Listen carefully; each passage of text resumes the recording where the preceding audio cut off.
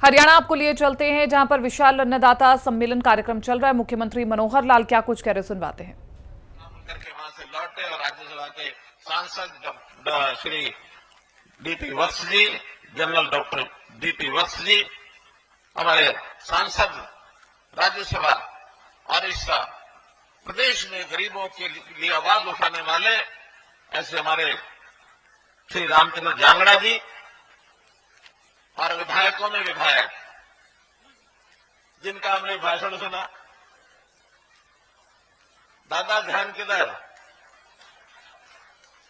पंडित रामकुमार गौतम जी, अन्य हमारे विधायक यहां सब उपस्थित हैं। जिले से भी श्री घनश्याम सराफ जी, श्री सौमीर सांगवान जी, श्री विशंबर वाल्मीकि जी, श्री घनश्याम सराफ जी हो गया, श्री पूर्व विधायक किसान मोर्चा के अध्यक्ष श्री सुखिंदर मांडी जी और हमारे पूर्व प्रदेश अध्यक्ष, वर्तमान में सार्वजनिक ब्यूरो के हमारे चेयरमैन और हरियाणा किसान आयोग के भी आप तो भी चेयरमैन बने हैं, श्री सुभाष बराला जी, बहन सुनीता दांगी, भाई सुनीता दुप्पड़ जी, जितने नाम बोल दिए वो सब जी, जो नहीं बोले इधर उधर सब बैठे हुए सब जी।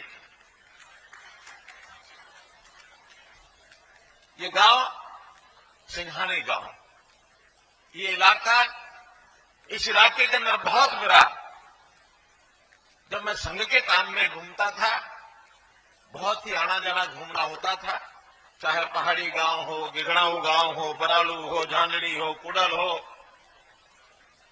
आसपास के सब गांव। और वो समय था जब हम कहीं शाम को पहुंच गए और मानो उस गांव में रात को रुके, जिस रास्ते से मोटरसाइकिल लेके मैं जाता था, अगले दिन पता होता था कि वो पूरा उस सड़क के ऊपर रेत का पहाड़ उड़ के आ गया सड़क के ऊपर, अब रास्ता नहीं है, बंद हो गया है। ये उस समय की बात है, सन 82-84 की बात। रेत उड़ के पहाड़ का पहाड़ आ जाता था रास्ते में, लेकिन आज झुके इस किसानी की, इस खेती की जो प्रगति हुई है और पानी की व्यवस्था यहां हुई है, चाहे वो आखिर टेल तक पानी पहुंचाने की बात है, चाहे वो फुहारा सिंचाई से, टपका सिंचाई से, और खेती के इस बढ़ते हुए पगों में आज वो रेत भी नहीं होने देता। आज जमीन उपजाऊ हो गई है, सोना उगलती है अपनी जमीन। तो इसलिए आप सब लोग बहुत बधाई के पात्र हैं। ऐसे उपस्थित सभी हमारे बुजुर्गों, नौजवान साथियों, माताओं बहनों, पत्रकार सहायता मित्रों, इतनी बड़ी रैली, यानी देखा जाए तो आज एक रैली यहां है और एक रैली के इतने ही लोग सड़कों पर अभी भी हैं, अभी भी उस एक रैली के और लोग हैं। कितना बड़ा ये कार्यक्रम किया जेपी दलाल जी, आपके सब कार्यकर्ताओं का मैं अभिनंदन करता हूं, सबको बधाई देता हूं, बहुत बहुत धन्यवाद।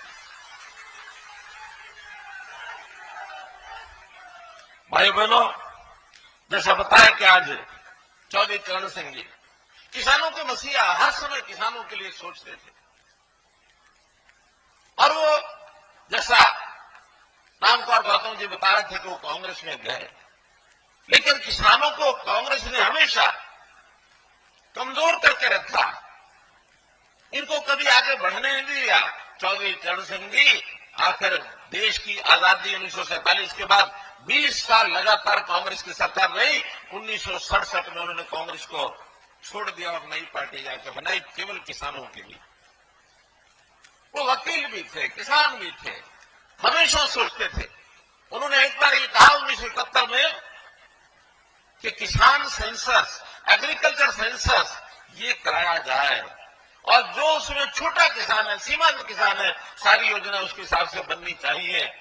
उस समय एक आंकड़ा आया था कि हमारे जो छोटे किसान हैं, पूरे सब किसानों का 51% ऐसे हैं जो 1 हेक्टेयर, 1.5 हेक्टेयर यानी 3-3.5 एकड़ तक ही उनकी जमीनें थी। आगे बाद में जमीनें बढ़ती चली गई और आज स्थिति यह है कि वो 51% से बढ़ करके छोटे किसानों की संख्या 80% से पार हो गई है। भाई बहनों, तो मित्रों, ये बहुत बड़ी एक ऐसी ज्वलंत एक समस्या, एक बात है कि किसान की आय बढ़ेगी तो कैसे बढ़ेगी। जैसा अभी बात आई कि हम मिलकर के खेती करने का स्वभाव बनाए, फसलों को हम इस ढंग से आगे बढ़े कि हमारी कैश क्रॉप्स हमको अच्छी आमदनी की कैसे फसलें मिले, इसके लिए बहुत से प्रयोग अभी सरकारों द्वारा किए जा रहे हैं। मैं एक एक गिनाऊंगा तो बहुत बड़ी लिस्ट हो जाएगी। मैं धन्यवाद करता हूं हमारे जेपी दलाल जी का, जिन्होंने मेरे से पूर्व जितने वक्ताओं को बुला लिया, जितने विषय मैंने सोचे थे प्राय सब विषय हमारे वक्ताओं ने बोले हैं, इसलिए उतना समय बचा दिया है ताकि रैली को हम जल्दी से समय से समाप्त कर सकें। तो इस नाते से किसानों के लिए पर्याप्त हमने काम किए हैं। अलग से भी कृषि मंत्री आपको बताते रहते हैं। मैं तो विकास की अगर बात करता हूं तो विकास के नाते आज जैसा कुछ उद्घाटन और शिलान्यास किए हैं, इसके अंदर 112 करोड़ के शिलान्यास और उद्घाटन आज किए हैं, सारे इसी विधानसभा क्षेत्र के हैं। और अगर मैं पूरे 9 साल का आपको हिसाब बताता हूं तो मुझे जो आंकड़ा बताया गया है, भिवानी जिले के अंदर हमने 13,800 करोड़ रुपया मंजूर किया, जिसमें से 10,400 करोड़ रुपया लग चुका है, बाकी सब पाइपलाइन में है।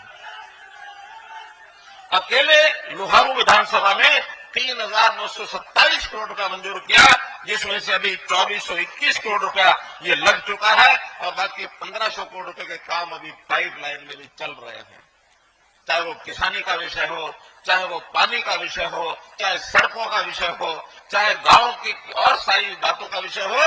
गांव-गांव में मैं घूम के गया हूं जनसंवाद में, तो मुझे भी संतोष हुआ है कि हमने जितनी योजनाएं बनाई हैं, बहुत व्यवस्था परिवर्तन की योजनाएं हमारी बनी है, सबका लाभ गांव में मिल रहा है, इसका मुझे संतोष है। हमने बुजुर्गों की पेंशन में कहा, किसी बुजुर्ग को और किसी दफ्तर में दरखास्त लेकर के कोई दस्तावेज नहीं बनवाना पड़ेगा, सरकारी अधिकारी घर में आएगा, साइन करा के ले जाएगा, ऑटोमेटिकली अगले महीने आपको पेंशन मिल जाएगी। ऑटोमेटिक पेंशन 60 साल के बाद शुरू हुई कि नहीं? शुरू हुई कि नहीं हुई है। किसानों का हर प्रकार का हिसाब किताब, क्योंकि आईटी का जमाना आ गया है, अब किसान को दर भटकने की जरूरत नहीं है। किसान ने क्या बोया है, केवल मेरी फसल मेरा ब्यौरा पोर्टल पर जाके चढ़ा दे, चढ़ाने के बाद उसकी बिक्री की व्यवस्था सरकार करेगी और सरकार अगर जब खरीद लेती है तो उसका पैसा सीधा उसके खाते में जाएगा। कोई समय था हम आड़त की दुकान पर बेच के आते थे, सरकार को भी बेचते थे, तो पैसा सीधा किसान को नहीं मिलता था, वो पैसा आड़त के पास जाता था, फिर किसान उसके पीछे पीछे घूमता है। आज स्थिति उल्टी हो गई है। आज हमारे दुकानदार भाई वो आकर के किसान को पूछते हैं, भाई मुझे कुछ 10-20 लाख रुपया चाहिए, आपके खाते में है तो मुझे दे दे। आज उल्टा काम हुआ कि नहीं? आज किसानों के खातों में पैसे आते कि नहीं है? अच्छा, जो किसान यहाँ बैठे हैं, बिक्री का पैसा उनके खाते में आया है, ऐसे कौन कौन है? हाथ खड़े करके बताओ। सब लोगों का पता है। अब ये उल्टा विषय इसलिए करना पड़ा कि किसान की आमदन बढ़नी चाहिए। किसान पहली बार लखपति करोड़पति हो गए हैं, अनाज बेचते सीधा पैसा आता है। अब हमने फिलहाल इस बुलेटिन में मेरे साथ इतना ही। दीजिए इजाजत, नमस्कार।